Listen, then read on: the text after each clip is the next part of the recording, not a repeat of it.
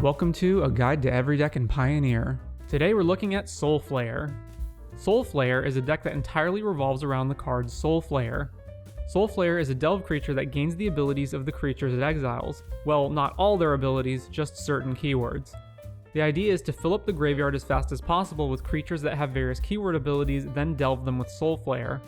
Cards like Grizzly Salvage and Gather the Pack are the deck's enablers, filling up the graveyard and finding Soulflayer. When I say the deck revolves entirely around Soulflayer, I mean it. While it can potentially win with various mid-range threats, victories largely come down to a Voltron Soulflayer. Because Soulflayer is only a 4/4, the abilities granted to it need to be good enough that it can serve as a lone threat. It's also very important that it not die to removal since you expend so many resources setting it up. Roughly speaking, the most important ability for Soulflayer is Hexproof, followed shortly thereafter by Indestructible so that it's shielded from removal and sweepers. Next are abilities that let you race or overtake other decks. Flying to get past blockers, Double Strike to close the game quickly, and Lifelink to win damage races. After that, additional abilities are just a bonus. Creatures you'll want to play broadly fall into 3 categories. 1. Creatures that are already good and serve some other function in the deck and which happen to also have keywords. The prime example is Sylvan Caryatid since it's a cheap ramp creature with Hexproof.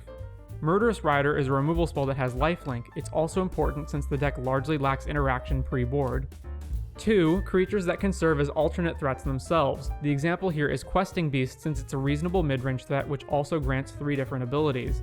And 3. Creatures that are played exclusively for their abilities and are unlikely to be used outside of delve fodder, usually due to their high mana cost. Zatalpa grants a number of abilities, importantly Indestructible, Double Strike, and Flying, but is unlikely to ever be cast since it costs 8. Adult Gold Dragon is a similar creature. Other creatures not previously mentioned include Striped Riverwinder, which cycles for 1 mana, providing delve fodder and a source of hexproof, and Lotlith Troll, which serves as an alternate threat and can discard unwanted creatures from your hand like Zatalpa. The deck's biggest weaknesses include counter spells since the deck relies so heavily on resolving Soulflayer. The deck can play a backup mid-range plan with creatures like Questing Beast, but it's not nearly as good. Keep in mind that even with Hexproof and Indestructible, some cards can still kill Soulflayer, such as Farewell and Settle the Wreckage.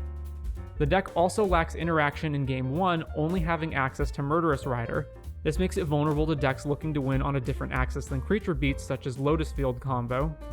To shore up these problems, the sideboard is filled with interactive and disruptive cards which can be brought in for games 2 and 3 if the deck's plan A isn't good enough.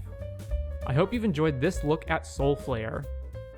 I want to thank my fellow players in the Magic community for whom sharing their experiences helps make these guides possible.